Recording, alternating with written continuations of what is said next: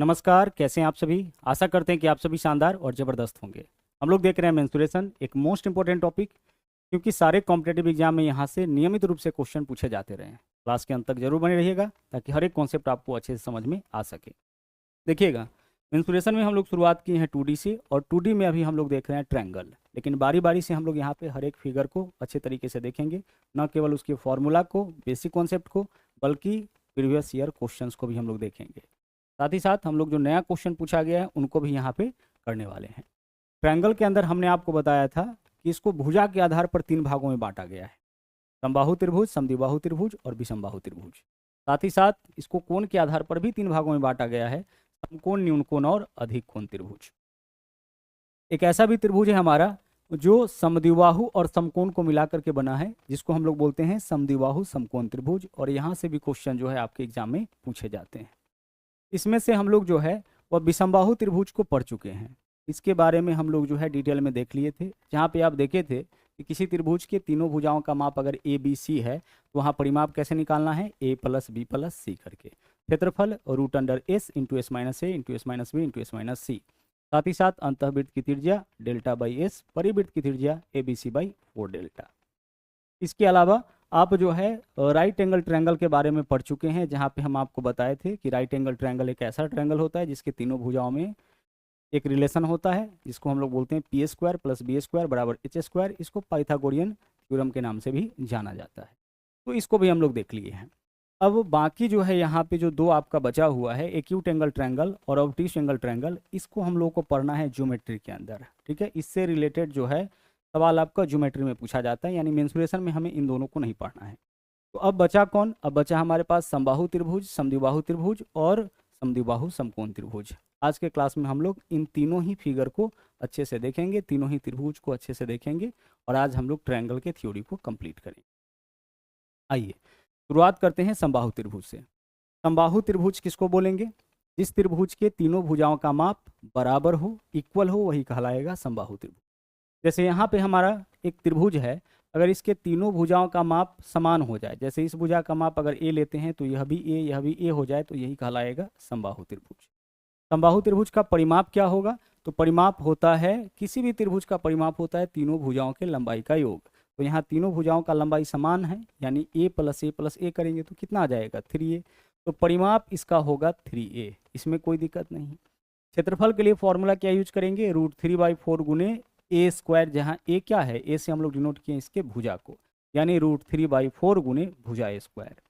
अगर हम बात करें इसके ऊंचाई की, तो ध्यान रखिएगा जो इसका ऊंचाई होता है वही इसके माध्यिका का भी लंबाई होता है। तो अगर ऊंचाई के बदले में कहीं माध्यिका लिख दिया जाए, बात हम लोग किसका कर रहे हैं? समबाहु त्रिभुज का। तो ऊंचाई के जगह अगर माध्यिका लिख दिया जाए या फिर शीर्ष लंब लिख दिया जाए, तो आप इसमें कंफ्यूज मत करिएगा, चाहे शीर्षलंब पूछे, माध्यिका पूछे, ऊंचाई पूछे, सब आपका एक ही होता है। कैसे निकालेंगे? √3/2 इंटू ए, जहाँ पे ए क्या है आपका? समबाहु त्रिभुज का भुजा, यानी √3/2 गुने भुजा से हम लोग समबाहु त्रिभुज के ऊंचाई को निकालेंगे।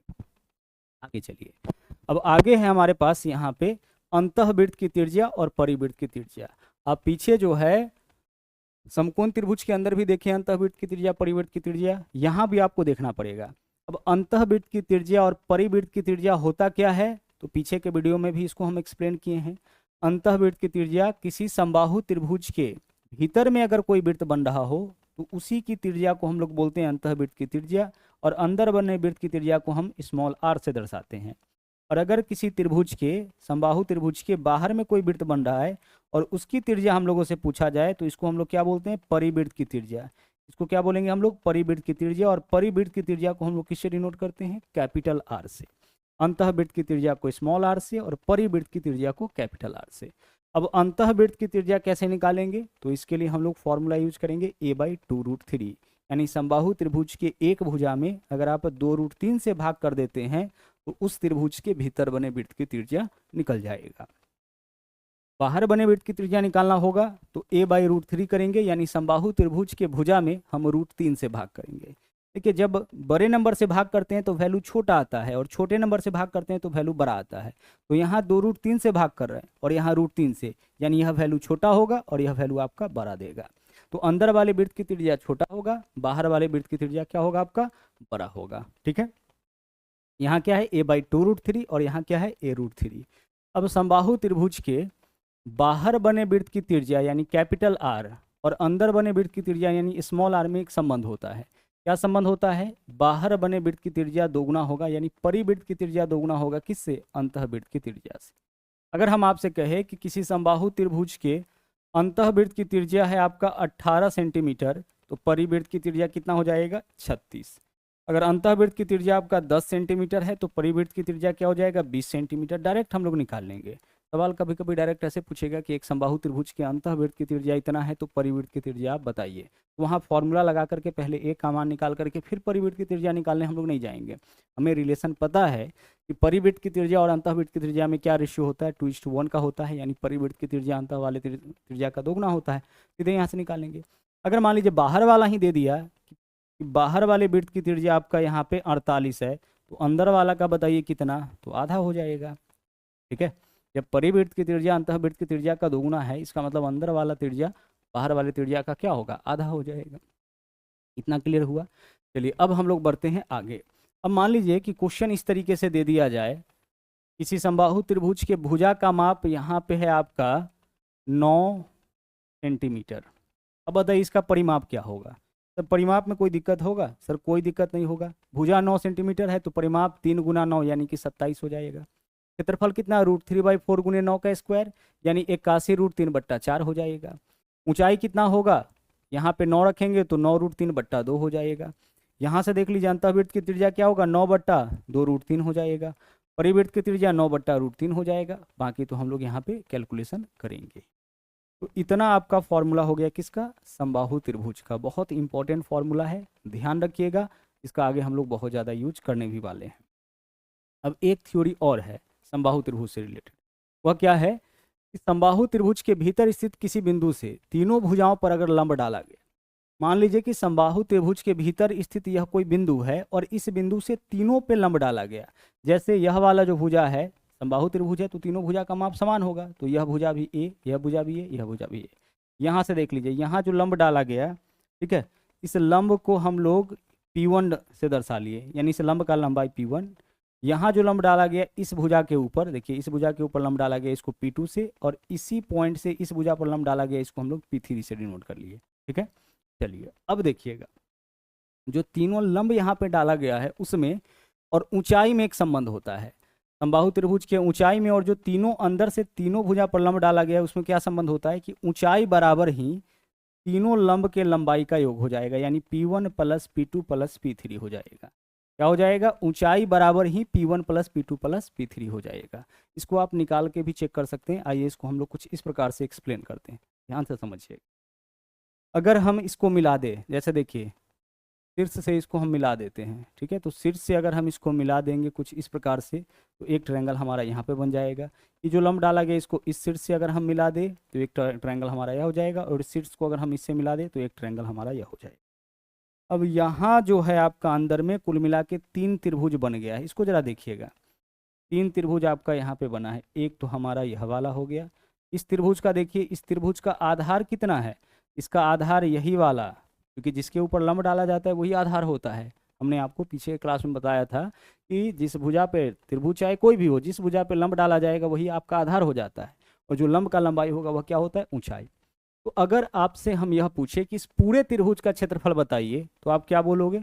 आप बोलोगे सर इस पूरे त्रिभुज का क्षेत्रफल चूंकि समबाहु त्रिभुज है तो यह होगा √3/4 गुने भुजा स्क्वायर। यही तो होगा। होगा? हाँ सर बिल्कुल होगा, कोई दिक्कत नहीं है। प्रत्येक भुजा का माप ए है, अंदर वाले पार्ट को मत देखिए, प्रत्येक भुजा का माप क्या है? ए है, तो क्षेत्रफल √3/4 गुने भुजा स्क्वायर होगा। इसको छोड़ दीजिए। अब चलिए आप बताइए कि इस वाले पार्ट का, जिसका ऊंचाई आपका P1 है, उसका क्षेत्रफल क्या होगा? आप बोलिएगा कि सर इसका क्षेत्रफल हो जाएगा 1/2 गुने आधार। तो आधार क्या होगा? किसके ऊपर लंब डाला गया है? भुजा ए के ऊपर लंब डाला गया है, तो यही आधार होगा। गुना ऊंचाई क्या हो जाएगा? P1। यानी इससे किसका क्षेत्रफल निकला? इससे जो ग्रीन वाला पार्ट है इसका क्षेत्रफल निकल गया। अब आगे चलिए, अब दूसरा जो पार्ट है इस पे चलिए, जहाँ P2 लंब डाला गया है, इस आधार पे, इस वाले आधार पे P2 लंब डाला गया है। ठीक है, तो हमारा एक ट्रायंगल यह वाला हो गया, व्हाइट वाला, देख रहे हैं, जिसका ऊंचाई P2 होगा। और किसके ऊपर यह लंब डाला गया है? भुजा ए के ऊपर। तो इसका क्षेत्रफल बताइए क्या होगा? सर इसका क्षेत्रफल हो जाएगा 1/2 गुने यह लंब किसके ऊपर, इस भुजा के ऊपर, इसका माप ए है तो ए, और गुने ऊंचाई कितना इस बार ऊंचाई आपका P2 ही होगा। अब चलिए हम लोग तीसरा ट्रायंगल देखते हैं। इसमें यहाँ देखिए जो ऊंचाई आपका P3 डाला गया किस आधार पे, इस वाले आधार पे डाला गया है, ठीक है। और यह कौन सा त्रिभुज फॉर्म कर रहा है, यही वाला। तो इसका क्षेत्रफल बताइए क्या होगा। सर इसका क्षेत्रफल होगा 1/2 गुना यह लंब किस पे, ए पे, इसी भुजा पे डाला गया है ना, तो जिस भुजा पे लंब डाला जाता है वही आधार, तो आधार हो गया। और ऊंचाई कितना हो जाएगा, जो लंब का लंबाई यानी कि P3। देखिए इसका क्षेत्रफल निकालिए, इसका निकालिए, इसका निकालिए, तीनों के क्षेत्रफल को अगर जोड़ देंगे तो यही पूरे समबाहु त्रिभुज के क्षेत्रफल के बराबर नहीं हो जाएगा। अगर हम इसका क्षेत्रफल, इसका क्षेत्रफल और इसका क्षेत्रफल तीनों का, यहाँ 3 अलग अलग त्रिभुज आपको दिख रहा होगा, तीनों के क्षेत्रफल को अगर हम जोड़ देंगे, एक का इतना, दूसरा का इतना, तीसरा का इतना, एक ऐसा त्रिभुज है जिसका ऊंचाई P1 यह वाला, एक ऐसा त्रिभुज जिसका ऊंचाई P2 यह वाला, एक ऐसा त्रिभुज जिसका ऊंचाई P3, तीनों के क्षेत्रफल को जोड़ देंगे तो यह पूरे समबाहु त्रिभुज के क्षेत्रफल के बराबर हो जाएगा, और पूरे समबाहु त्रिभुज का क्षेत्रफल इतना है। सोल्व करिए इसको, क्या लिख सकते हैं हम, √3/4 गुने ए स्क्वायर बराबर, इधर सब में कुछ कॉमन दिख रहा है, 1/2 गुना ए सब में दिख रहा है, तो 1/2 गुना ए आप कॉमन ले लीजिए सब में से, तो 1/2 ए कॉमन ले लेंगे, यहाँ क्या बचेगा हमारे पास, केवल P1 बचेगा। यहाँ से 1/2 ए कॉमन ले लिए, क्या बचा हमारे पास, सर P2 बचा, और यहाँ से 1/2 ए कॉमन ले लिए, क्या बचा हमारे पास, P3 बचा, ठीक है। आइए अब इसको सोल्व करते हैं। देखिएगा हमारे पास यहाँ ए स्क्वायर है, यहाँ ए है, तो ए स्क्वायर से आपका ए कैंसिल होगा, ए स्क्वायर से ए को काटेंगे तो यहाँ ए बच जाएगा, नीचे से नीचे वाला कटेगा, 2 से काटेंगे 4 को, 2 दूना 4, यहाँ 2 बचेगा। अब हमें ए का वैल्यू चाहिए, तो ए बराबर क्या होगा, ए बराबर यहाँ देखिए √3/2 है, इस तरफ आएगा तो 2/√3 हो जाएगा। क्या हो जाएगा, हमें ए का मान चाहिए तो सिर्फ ए को यहाँ छोड़िए, बाकी को उस तरफ ले जाइए। √3 गुना में है तो √3 भाग में आ जाएगा, 2 भाग में है तो 2 गुना में, यानी 2/√3 इधर जाएगा तो, और बाकी पहले से क्या है इधर, बाकी है आपका P1 + P2 + P3। तो एक संबंध यहाँ पे निकल के क्या आ गया कि भुजा बराबर आपका हो जाएगा 2/√3 × P1 + P2 + P3, ठीक है। अब हमने आपसे क्या कहा कि अगर ऊंचाई निकालना हो, ठीक है, ऊंचाई अगर यहाँ पे निकालना हो समबाहु त्रिभुज का, तो डायरेक्ट यहाँ से निकाल लेंगे, तीनों लंब के लंबाई को जोड़ लीजिएगा ना, इसके बराबर हो जाएगा। आगे बढ़िए। अब आगे अगर इसके भुजा का माप निकालना होगा तो 2/√3 × P1 + P2 + P3 निकाल लेंगे, और क्षेत्रफल अगर निकालना होगा तो हमें कुछ नहीं करना है, P1 + P2 + P3 के होल स्क्वायर √3 करना है। आप बोलोगे यह कैसे किए, इस समबाहु त्रिभुज का क्षेत्रफल क्या होता है, तो क्षेत्रफल होता है √3/4 गुने भुजा स्क्वायर, भुजा स्क्वायर मीन्स कि इसका स्क्वायर, तो जब आप इसका स्क्वायर करिएगा तो हमारे पास 2/√3 है, तो 2 का स्क्वायर करेंगे तो कितना होगा 4, और √3 का स्क्वायर करेंगे तो कितना हो जाएगा, यहाँ पे √3 का स्क्वायर करेंगे तो यहाँ पे हमारे पास हो जाएगा 3, तो √3/4 है ना, हाँ 3 हो जाएगा, और इनटू बाकी क्या है हमारे पास P1 P2 P3, तो हम करेंगे P1 + P2 + P3 का होल स्क्वायर। यह बात समझ पा रहे हैं, जरा ध्यान से समझिएगा। √3/4 गुने भुजा स्क्वायर, तो √3/4 और भुजा इतना है तो इसका स्क्वायर कर रहे हैं, तो 2/√3 है, 2 का स्क्वायर 4, √3 का स्क्वायर 3, और बाकी जो है इसका स्क्वायर हो जाएगा। अब √3 से अगर हम 3 को काटेंगे कितना बार में कट जाएगा, यह आपका √3 बार में, और 4 से 4 कट गया, ऊपर में क्या बचा P1 + P2 + P3 का होल स्क्वायर, और नीचे में √3, यही चीज़ तो यहाँ पे लिखा गया है। तो 3 चीज़ आपका यहाँ पे निकल के सामने आया कि समबाहु त्रिभुज के भीतर स्थित किसी बिंदु से अगर तीनों भुजाओं के ऊपर लंब डाला जाए तो समबाहु त्रिभुज का जो ऊंचाई होगा वह तीनों लंब के लंबाई के योग के बराबर हो जाएगा। अगर हमें समबाहु त्रिभुज का भुजा चाहिए तो हम फॉर्मूला लगाएंगे 2/√3 × तीनों लंब का जो लंबाई है उसका योग, और अगर क्षेत्रफल निकालना होगा तो डायरेक्ट अगर निकालना चाहते हैं तो P1 P2 P3 तीनों के लंबाई के योग का होल स्क्वायर, और नीचे में क्या रहेगा √3। यह भी आपका एक इम्पॉर्टेंट रिलेशन है, यहाँ से भी सवाल आपका खूब आता है। अब आइए कुछ एग्जाम्पल हम लोग यहाँ पे देख लेते हैं। बोला है एक समबाहु त्रिभुज जिसके भुजा की लंबाई 6√3 है, इसके परिवृत्त की त्रिज्या की लंबाई बताइए। इस समबाहु त्रिभुज के परिवृत्त की त्रिज्या क्या देखे हैं, परिवृत्त की त्रिज्या यानी बाहर बने वृत्त की त्रिज्या को कैपिटल R से डिनोट करते हैं, और परिवृत्त की त्रिज्या होता है a/√3।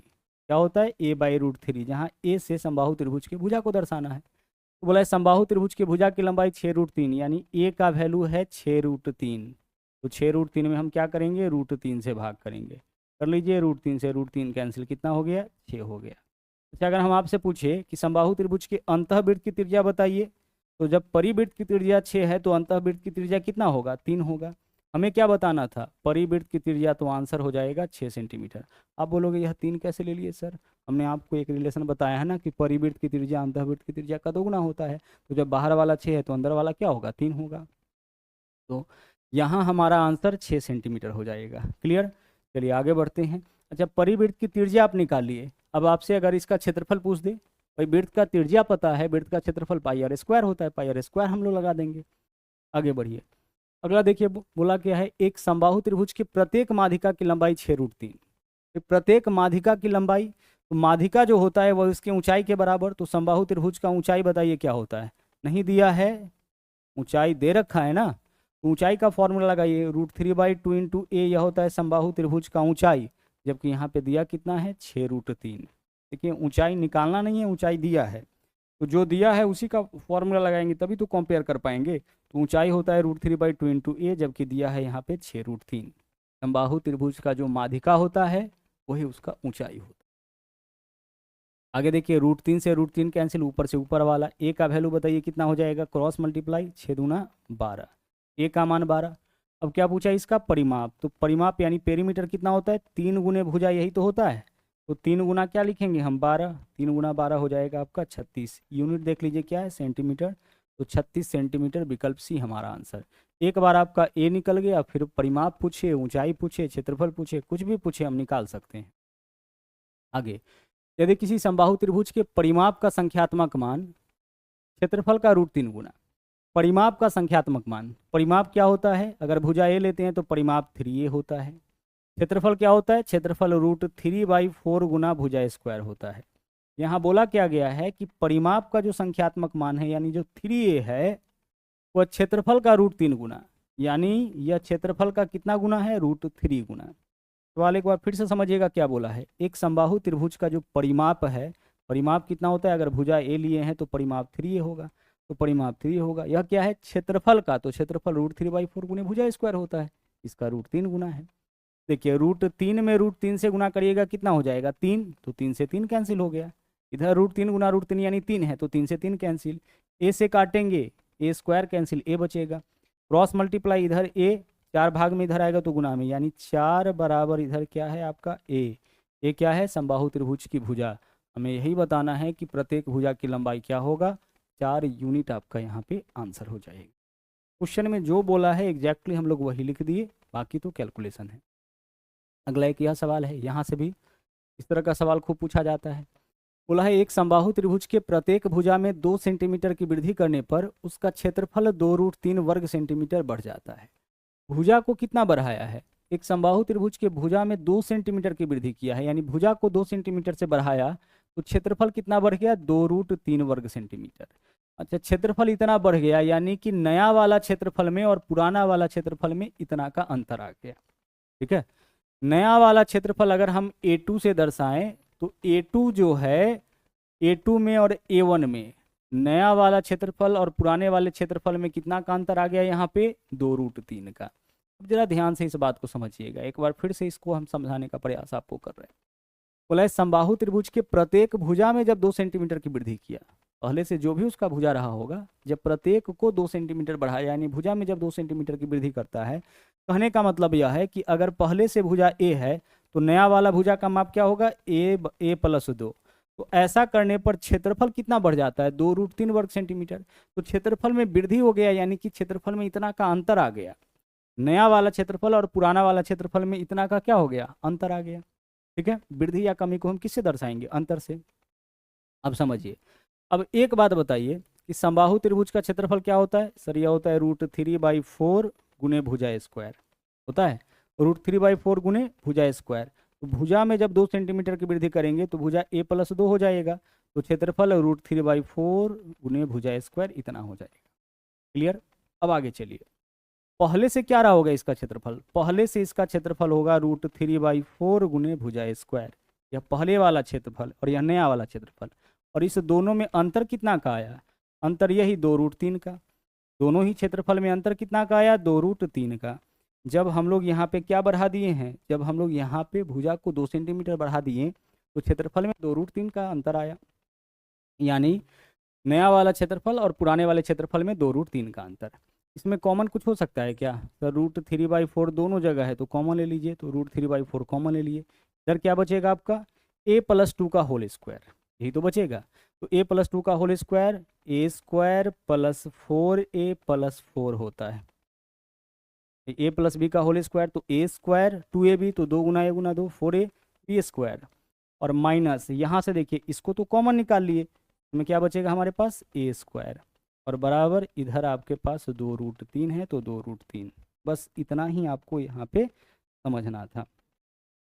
आगे चलिए, और √3 यहाँ गुना में है, इधर आएगा तो भाग में, तो √3 से √3 कैंसिल।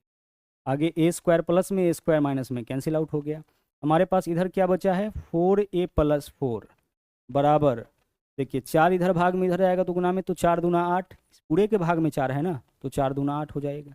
यहाँ से 4a का वैल्यू बताइए क्या होगा? 4 आके 8 में से घटेगा 4, 4 से 4 कैंसिल, कितना टाइम्स? 1 टाइम्स, तो a का वैल्यू कितना हो गया? 1। a का वैल्यू 1, यानी पूछा है भुजा की लंबाई क्या होगा, तो प्रत्येक भुजा का लंबाई कितना हो जाएगा? 1 सेंटीमीटर। विकल्प ए इस क्वेश्चन का सही आंसर हो जाएगा। इंपॉर्टेंट क्वेश्चन है।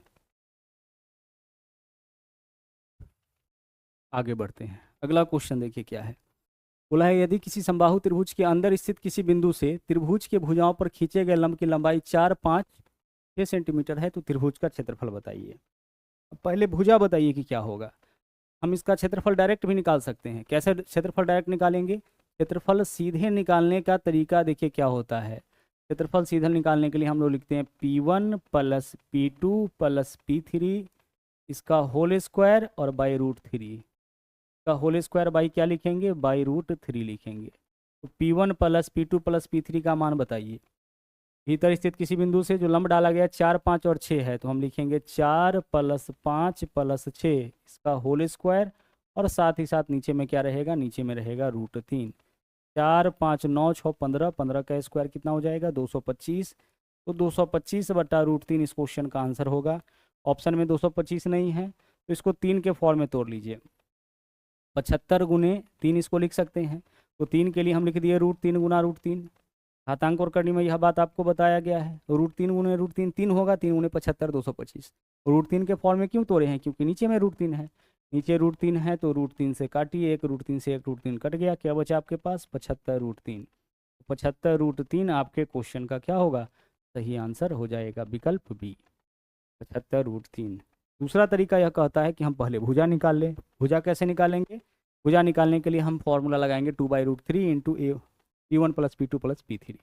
वहाँ से भुजा निकालेंगे, फिर भुजा से क्षेत्रफल निकालेंगे, ज़्यादा प्रक्रिया हो जाएगा। अगर क्षेत्रफल पूछे तो हमें सीधे क्या करना है? सबको जोड़िए, 4, 5, 9, 6, 15, 15 का स्क्वायर बट्टा √3 करना है, यही आपका आंसर हो जाएगा। कब? जब समबाहु त्रिभुज के अंदर स्थित, देख लीजिए क्या बोला है, अंदर स्थिर किसी बिंदु से तीनों भुजाओं पर अगर लंब खींचा गया, अभ्यंतर के किसी बिंदु से तीनों भुजाओं पर अगर लंब डाला जाए और उस लंब का लंबाई P1, P2, P3 हो, तो क्षेत्रफल P1 + P2 + P3 का होल स्क्वायर बाई √3 हो जाए। क्लियर? चलिए अब हम लोग चलते हैं अगले में। अगला हमारा क्या है?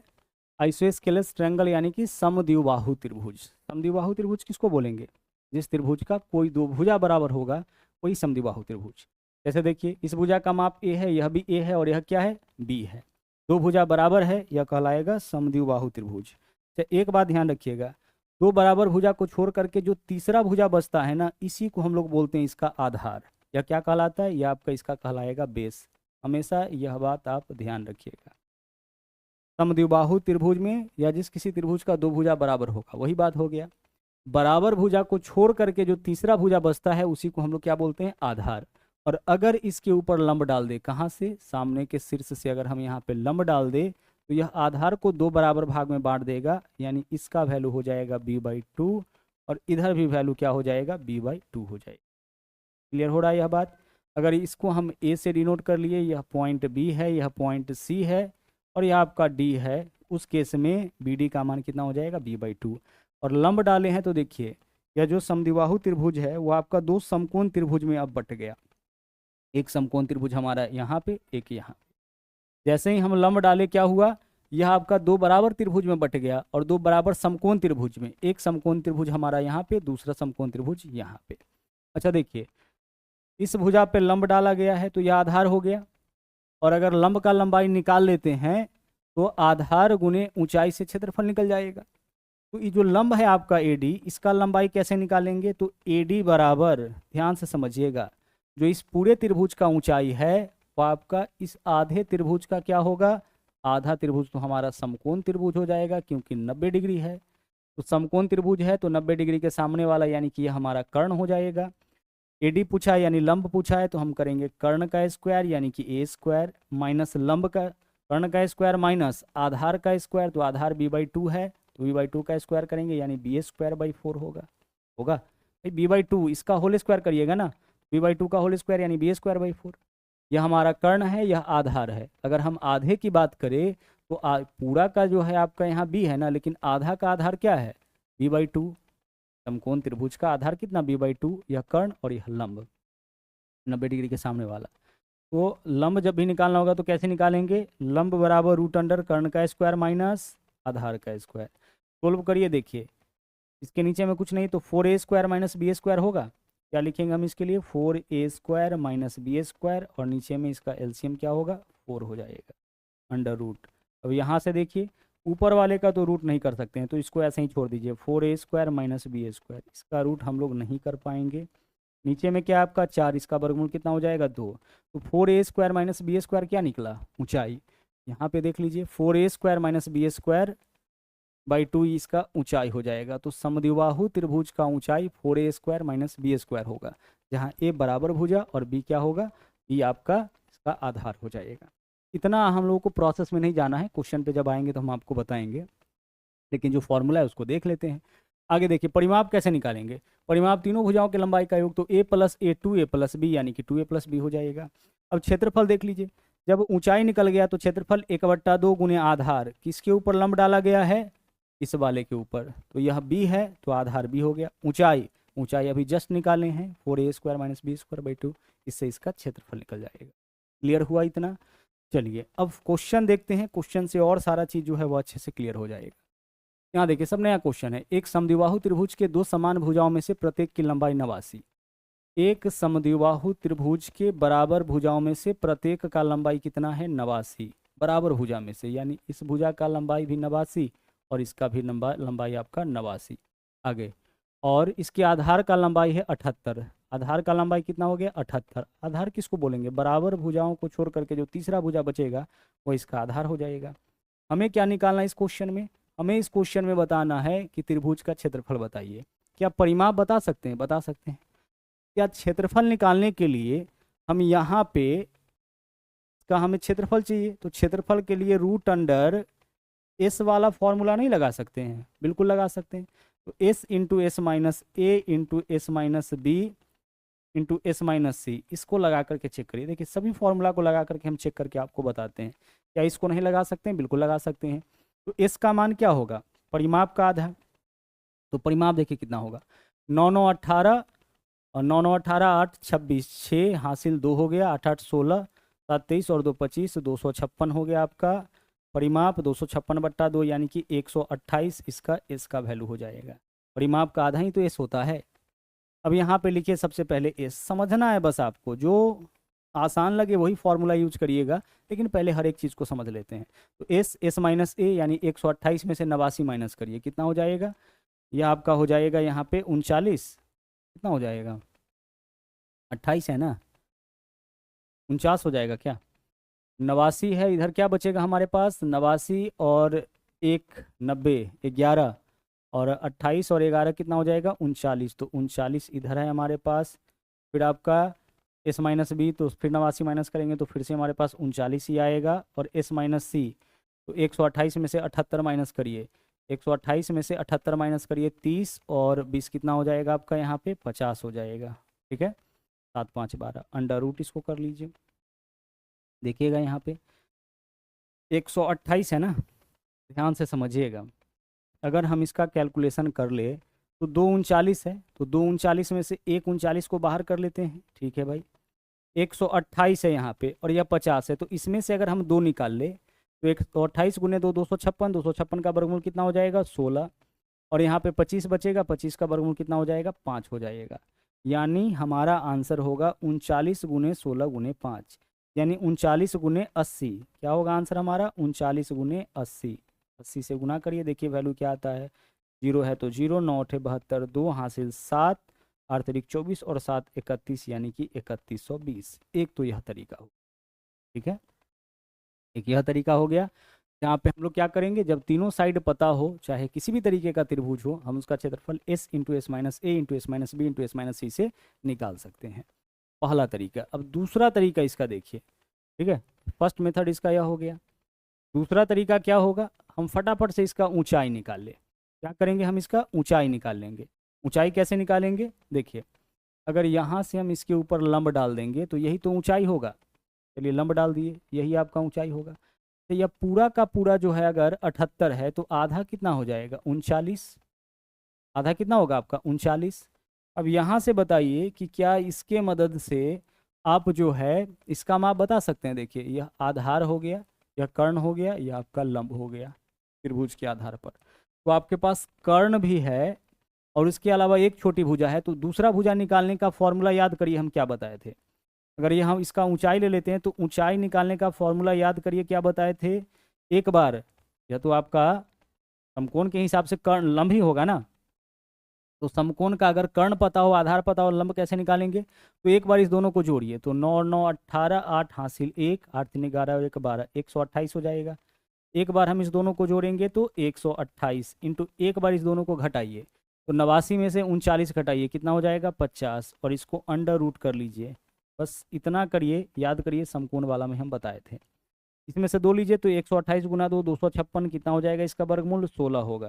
भाई 128 गुने 50 है ना, तो 2 गुने 50 लिखेंगे, तो 2 गुने 128 256 वर्गमूल 16, और 25 बचा, 25 का वर्गमूल 5, 16 पंचे 80, ऊंचाई कितना हो गया 80। इसका वैल्यू आपका कितना निकल के आ गया 80 आ गया। अब क्षेत्रफल निकालना है, तो क्षेत्रफल बराबर क्या हो जाएगा 1/2 गुने आधार। तो इस पूरा का आधार देखिए, यह पूरा का आधार कितना है, पूरे त्रिभुज का क्षेत्रफल निकालना है तो 78, और जो ऊंचाई निकाले हैं या जो लंब है इस त्रिभुज के लिए, यही तो पूरे के लिए ऊंचाई है। ऊंचाई कितना निकाले हैं आप 80। सोल्व करिए, 2 से काटिएगा, 40 दूना 80, गुना करिए, 0 है तो 0, 8 चौके 32, 2 हासिल 3, 7 चौके 28 और 3 31, 3120 आपका इसका क्षेत्रफल हो जाएगा। जो तरीका आपको सूट करे उसका उपयोग करिए और अपना आंसर निकालिए। क्या यहाँ पे हम यह लंब निकालने के लिए कर्ण का स्क्वायर यानी 89 का स्क्वायर माइनस यहाँ देखिए आधार का स्क्वायर, इसका उपयोग नहीं कर सकते थे। अरे इसी का तो उपयोग किया गया है, आप देखो ना यहाँ पे ए स्क्वायर माइनस बी स्क्वायर, तो एक बार दोनों को जोड़ेंगे इतना हो जाएगा, एक बार दोनों को घटाएंगे इतना हो जाएगा। यही चीज़ तो किया गया है, लेकिन इसको शॉर्टकट तरीके से किया गया है। आगे बढ़िए, अगला सवाल देखिए। एक समद्विबाहु त्रिभुज के दो समान भुजा में से प्रत्येक का लंबाई 100। समान भुजा में से प्रत्येक का लंबाई कितना है, समद्विबाहु त्रिभुज के समान भुजा में से प्रत्येक का लंबाई 100, यानी कि यह 100 है और यह भी आपका 100 है। किस फॉर्म में आपका सेंटीमीटर में। आधार की लंबाई 56, आधार कितना है इसका 56 है, ठीक है, आधार इसका 56 है। हमें क्या बताना है इसका क्षेत्रफल, कैसे निकालेंगे देख लीजिए, कुछ नहीं करना है, शीर्ष से यहाँ पे लंब डाल दीजिए, या क्या हो गया आपका लंब हो गया। जब पूरा आपका 56 है यहाँ से यहाँ तक, तो आधा कितना हो जाएगा, आधा होगा 28।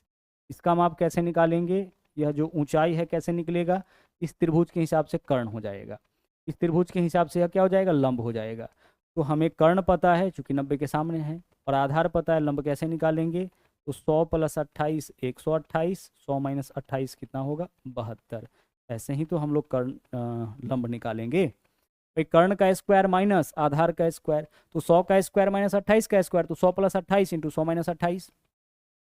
इसमें से 2 लीजिए, 128 का डबल 256, इसका वर्गमूल 16। इसमें से 2 लीजिए तो 36, 36 का वर्गमूल 6, 16 गुने 6 कितना हो जाएगा 96। ऊंचाई आपका 96 आ गया। अब बताइए क्षेत्रफल क्या होगा, जब ऊंचाई निकालिए तो क्षेत्रफल 1/2 गुने आधार। देखिए इस त्रिभुज के हिसाब से यह लंब है, पूरे के हिसाब से क्या है ऊंचाई है, तो पूरा का आधार कितना है आपका 56, और ऊंचाई इस आधार के ऊपर जो लंब डाला गया उसका लंबाई कितना 6। सोल्व करिए, 2 से काटेंगे कितना हो जाएगा ये आपका, 2 से काटेंगे 28 दूना 56, 8 छके 48, लास्ट में 8 वाला एक ही ऑप्शन है 2688, तो 2688 आपके क्वेश्चन का सही, ठीक है, विकल्प बी। एक समद्विबाहु त्रिभुज के आधार पर खींची गई ऊंचाई 12 सेंटीमीटर, परिमाप 36 है, तो त्रिभुज का क्षेत्रफल बताइए। यहाँ पे देखिए क्वेश्चन क्या है, बोला है समद्विबाहु त्रिभुज के आधार पर खींची गई ऊंचाई 12। समद्विबाहु त्रिभुज के आधार पर खींची गई ऊंचाई, यानी यह जो है इसका माप दे दिया इस बार क्वेश्चन में। अगर हम इसको ABCD से डिनोट कर ले तो AD का मान कितना दिया है क्वेश्चन में आपका, AD का वैल्यू यहाँ पे दिया है 12। तो परिमाप इसका कितना है, परिमाप इसका यहाँ पे दे दिया है आपका 36। तो बराबर भुजा में से प्रत्येक का मान, इसको A मान लेते, इसको A मान लेते हैं। तीसरा जो बचा हुआ क्या हो जाएगा आपका, तीसरा आपका यहाँ से यहाँ तक का B हो जाएगा। ठीक है, परिमाप कितना है, परिमाप यहाँ पे दिया है 36। तो परिमाप क्या होता है 2A प्लस बी, भाई समद्विबाहु त्रिभुज है तो A प्लस बी यानी कि 2A प्लस बी। तो 2A प्लस बी का वैल्यू इस क्वेश्चन में दे रखा है 36। ठीक है, अब आगे इसको जरा समझिएगा ध्यान से। हमें क्या दे रखा है इस क्वेश्चन में, इसका वैल्यू दे रखा है। ठीक है, यह कितना है, यह आपका जो है, यह जो वैल्यू है आपका 12 है। अच्छा, ये जो वैल्यू 12 आपका दे रखा है, इसमें इसमें और इसमें क्या समकोण त्रिभुज के भुजाओं वाला संबंध होगा, बिल्कुल होगा। यह वाला क्या हो जाएगा आपका कर्ण, यह क्या है लंब, और यह क्या है आधार। तो याद करिए कि 12 के साथ क्या कोई आपका ट्रिपलेट बनता है, क्या 12 के साथ कोई ट्रिपलेट बनता है, इसको ये ट्रिपलेट से यह क्वेश्चन आपका बनेगा। हाँ सर बनता है, 5, 12 और 13 का। क्या 12 के साथ समकोण त्रिभुज का कोई भुजा बनता है, कोई ट्रिपलेट बनता है, तो बनता है 5, 12, 13। हम वैसे ट्रिपलेट को ढूंढेंगे जिसमें 12 मिलेगा, तो ऐसा ट्रिपलेट है आपका 5, 12 और 13।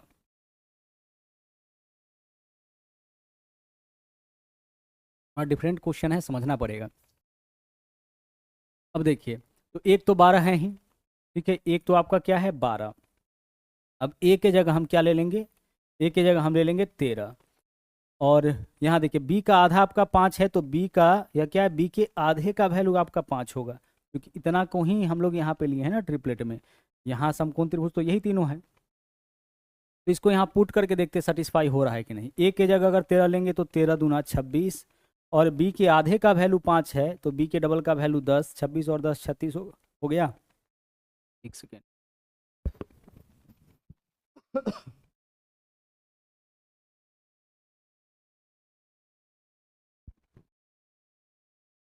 हो गया। ठीक है, इसका मतलब जो वैल्यू यहाँ पे आपने सोचा है 5, 12, 13 का ट्रिपलेट लेने का, वह सही है।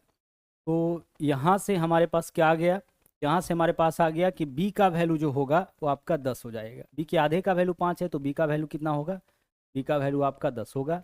इसका माप दे रखा है, इसका कितना है, ये आपका 12 है। तो क्षेत्रफल बता दीजिए क्या होगा, 1/2, क्षेत्रफल ही बताना है ना, तो 1/2 गुणे आधार, पूरा यहाँ से यहाँ कितना आ गया आपका 10, और ऊंचाई कितना दे रखा था 12। सोल्व करिए, 2 से काटिएगा, 12 को 6 बार में कटेगा, 6 गुने 10 कितना हो जाएगा 60। 60 सेंटीमीटर है, तो वर्ग सेंटीमीटर यही आपका आंसर हो जाएगा। 60 सेंटीमीटर स्क्वायर, सब सेंटीमीटर स्क्वायर है। ठीक है, 60 सेंटीमीटर स्क्वायर, विकल्प बी। इस तरह का भी क्वेश्चन आपका कभी कभी एग्जाम में देखने को मिलता है। आगे बढ़िए, इस वाले सवाल को हम लोग ट्रिपलेट की मदद से बनाए हैं। यहाँ देखिए एक और क्वेश्चन सेम टाइप का, एक समद्विबाहु त्रिभुज के आधार 8 सेंटीमीटर और बराबर भुजा में से प्रत्येक का माप 5 है। आधार के विपरीत शीर्ष की ऊंचाई कितनी होगी। समद्विबाहु त्रिभुज का आधार 8 है, आधार 8 है, यानी बराबर भुजा को छोड़ करके जो तीसरा भुजा आपका बचा है ना, इसका माप क्या है आपका, इसका माप आपका 8 है। ठीक है, चलिए आगे देखिए और क्या बोला है, और बराबर भुजाओं में से एक का लंबाई 5, बराबर भुजाओं में से एक का लंबाई 5, तो दूसरा का भी क्या हो जाएगा 5 हो जाएगा। आधार के विपरीत, आधार के विपरीत शीर्ष की ऊंचाई कितनी, यानी इस वाले शीर्ष का ऊंचाई, आधार के विपरीत शीर्ष की ऊंचाई, यानी हमें ऊंचाई बताना है। अब ऊंचाई बताइए, यह पूरा यहाँ से यहाँ तक कितना है आपका 8 है, तो इसका आधा कितना हो जाएगा 4। अब देखिए यह 5 है, यह 4 है, तो ट्रिपलेट से आप बता सकते हैं कि हमारा 3 हो जाए होगा। तो भाई 90 डिग्री के सामने तो यह कर्ण है ना, तो 5 का स्क्वायर, और यह क्या है आधार है, तो 4 का स्क्वायर। इसको करेंगे अंडर रूट, कर्ण का स्क्वायर माइनस आधार का स्क्वायर नंबर निकलेगा। एक बार दोनों को जोड़ेंगे तो 9 घटाएंगे तो 1, 9 गुने 1 9, 9 का वर्गमूल कितना हो जाएगा 3, यानी ऊंचाई आपका 3, यही आंसर। ठीक है, बहुत इजी सा सवाल था, बस कॉन्सेप्ट समझना था। आधार से विपरीत शीर्ष की दूरी, यानी हमें क्या बताना है, इसका ऊंचाई बता। अब इसका ऊंचाई बताना है, देखिए यह 5 है, पूरा यहाँ से यहाँ तक 8 है, तो इसका आधा कितना होगा, 4 होगा।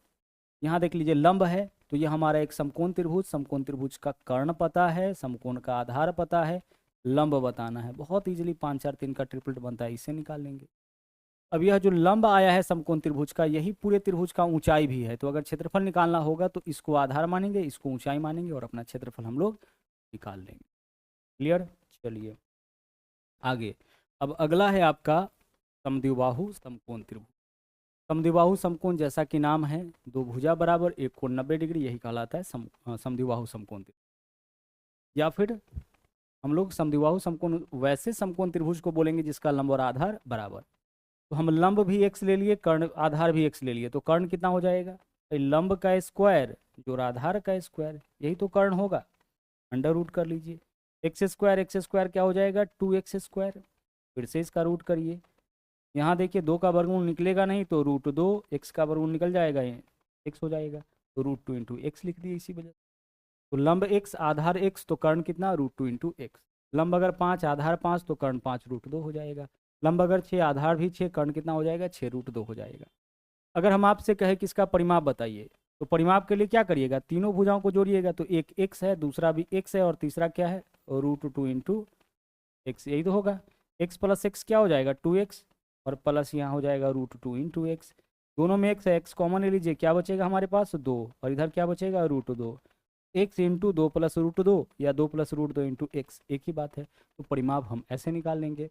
क्षेत्रफल कैसे निकालेंगे, देखिए क्षेत्रफल होता है, समकोण त्रिभुज है तो 1/2 गुने लंब गुने आधार, लंब भी x है, आधार भी x है, यानी x² 2, यह इसका क्षेत्रफल हो जाएगा। तो अगर बात हम लोग समद्विबाहु समकोण त्रिभुज की करें, तो लंब भी x आधार भी x, तो कर्ण √2 × x होगा, परिमाप 2 + √2 × x हो जाएगा, क्षेत्रफल x² 2 हो जाएगा। क्लियर, बस इतना सा कॉन्सेप्ट इसमें पढ़ना था। एक समद्विबाहु समकोण त्रिभुज के कर्ण और आधार के बीच का अंतर क्या होगा, जिसका क्षेत्रफल 392। समद्विबाहु समकोण त्रिभुज का क्षेत्रफल यहाँ दे दिया। अब एक चीज बताइए कि समद्विबाहु समकोण त्रिभुज है, तो अगर यह साइड हम x लेते हैं लंब, तो आधार भी क्या होगा x, तो कर्ण क्या हो जाएगा, और √2 × x हो जाएगा, लंब का स्क्वायर प्लस आधार का स्क्वायर करके। क्षेत्रफल क्या होगा, 1/2 गुने आधार गुने लंब, तो आधार भी x है, लंब भी x है, यही इसका क्षेत्रफल होगा। जबकि क्वेश्चन में दिया क्या है, 392। पूछा क्या गया हम लोगों से, पूछा है कि कर्ण और आधार के बीच का अंतर। तो कर्ण और आधार के बीच का अंतर, तो कर्ण हो गया √2 × x, और आधार कितना, x। इसी का हमें क्या बताना है, इसी का हमें अंतर इस क्वेश्चन में बताना है। हम इस दोनों में से अगर x कॉमन ले लेंगे, तो इधर क्या बचेगा हमारे पास, √2, और माइनस x कॉमन ले लिए, कुछ नहीं तो 1, यही बताना है हमें। ठीक है, क्वेश्चन में हमें यही बताना है ना। आइए इस पे आते हैं, पहले इसका सॉल्यूशन हम लोग कर लेते हैं। देखिए क्षेत्रफल 1/2 × x × x, लंब गुने आधार, समकोण का क्षेत्रफल क्या होता है, लंब गुने आधार।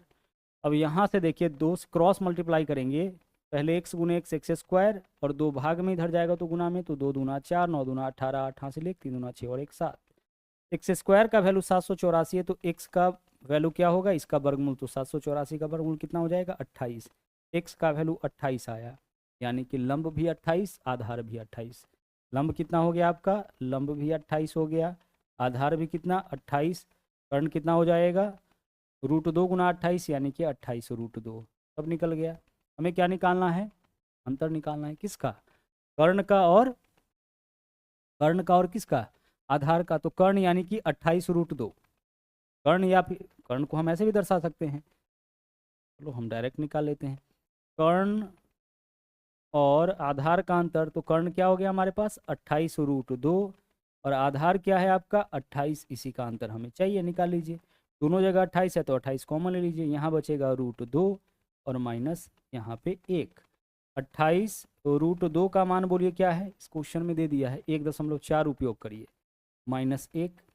अब यहाँ से देखिए 28 को अपने जगह पे रहने दीजिए, और 1.4 में से 1 पूर्णांक है ना, तो पूर्णांक में से घटाइए, 1 में से घटाएंगे 0, 0.4 होगा। 28 चौके कितना हो जाएगा, 8 चौके 32, 2 हासिल 3, 4 दूना 8, और 3 11। ये तो होगा 8 चौके 32, 2 हासिल 3, 4 दूना 8 और 3 11, एक अंक के बाद दशमलव, तो एक अंक के बाद दशमलव, यानी 11.2 विकल्प ए आंसर। ठीक है, क्या आंसर होगा? विकल्प ए आंसर हो जाएगा। बोला है समद्विबाहु समकोण त्रिभुज के कर्ण और आधार के बीच का अंतर बताइए क्या होगा। तो कर्ण और आधार के बीच का अंतर हमें बताना है। क्षेत्रफल दिया है तो पहले क्षेत्रफल से तुलना किए, यहाँ से आपका क्या निकल गया? x का वैल्यू, यानी कि आधार निकल गया, फिर इससे कर्ण भी निकाल लिए।